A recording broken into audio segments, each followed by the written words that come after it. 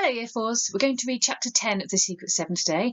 And remember yesterday, Peter and Jack were in the old house in the dark and they were hearing noises and they were about to enter a room. So let's find out if they're safe today. Chapter 10, in the old empty house. The door wasn't locked, it opened quietly. The sounds became loud at once. Somebody was in there, snoring. The same thought came to both boys at once. It must be the caretaker. Quietly, Peter looked in. Moonlight filled the room. On a low, untidy bed lay the old caretaker, not even undressed. He looked dirty and shabby, and he was snoring as he slept. Peter turned to go, and his torch suddenly knocked against the door and fell with a crash to the floor. He looked petrified. The old man didn't stir. Then Peter remembered how deaf he was. Thank goodness, he hadn't even heard the noise. He shut the door quietly, and the two boys stood out in the hall. Peter tried his torch to see if he'd broken it. No, it was all right. Good. Now we'll go upstairs, he whispered. You're not afraid, are you, Jack? Not very, said Jack. Just a bit. Come on. They went up the stairs that creaked and cracked in a very tiresome manner, up to the first floor, with 5 or 6 rooms to peep into, all as empty as one another. Then up to the top floor. You'll have to be careful now, said Jack. He spoke in such a whisper that Peter could hardly hear him. These are the only 2 rooms you haven't been into. The prisoner must be in here somewhere. All the doors were ajar. Well then, how could there be a prisoner unless he was tied up? The 2 boys looked into each room, half scared in case they saw something horrid. There was absolutely nothing in there at all. The rooms were either dark and empty or full of moonlight and nothing else. It's strange, isn't it? Whispered Jack. Honestly, I don't understand it. Surely those noises did come from the house somewhere. Yes, there's nothing and no one here except for the old caretaker. They stood there wondering what to do next, and once more that far-away, muffled squeaking came on the night air, a kind of whinnying noise, followed by a series of curious thuds and crashes. There is a prisoner here somewhere, and he's knocking for help, and squealing too, said Peter, forgetting to whisper. Somewhere downstairs. But we've looked everywhere.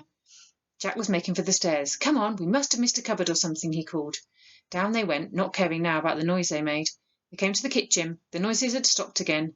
Then the thudding began once more. Jack clutched Peter. I know where it's coming from. Under our feet. There's a cellar there. That's where the prisoner is. Look for the cellar door then, said Peter. They found it at last, in a dark corner of the passage, between the kitchen and the scullery. They turned the handle, and what a surprise! The door opened. It's not locked, whispered Jack. Why doesn't the prisoner escape then? Stone steps led down into the darkness. Peter flashed his torch down them. He called in a rather shaky voice, Who's there? Who is it down there? There was no answer at all. The boys listened with straining ears. They could distinctly hear the sounds of very heavy breathing, loud and harsh. We can hear you breathing, called Jack. Do tell us who you are. We've come to rescue you. Still no reply. This was dreadful. Both boys were really scared. They didn't dare go down the steps. Their legs simply refused to move downwards. Yet it seemed very cowardly to go back into the passage again. And then another sound came to them. The sound of low voices somewhere. They came with the sound of a key being turned in a lock and a door being opened. Jack clutched Peter in a panic. It's those men I heard last night. They're back again. Quick, we must hide before they find us in here. And the 2 boys, strange little figures in white, stood for a moment, not knowing where to go. Then Peter stripped off his white sheet and cap. Take yours off too, he whispered to Jack. We shan't be seen so easily in our dark overcoats if we slip into the shadows somewhere. They threw their things into a corner and then slipped into the hall. They crouched there, in a corner, hoping the men wouldn't go straight down into the cellar. But they didn't. Better see if that old caretaker's asleep, said the voice. And the 2 men came into the hall to open the caretaker's door. And then one of them caught sight of Peter's whitewashed face, which gleamed eerily out of the middle of the dark shadows. Peter had forgotten his face was white. Good gracious, look there in that corner. Whatever is it? Cried one of the men. Look! Over there, Mac! The men looked towards the corner where the 2 boys were crouching. Faces, white faces, said the man. Don't like it. Here, switch on your torch. It's just a trick of the moonlight or something. A powerful torch was switched on. The 2 boys were discovered at once.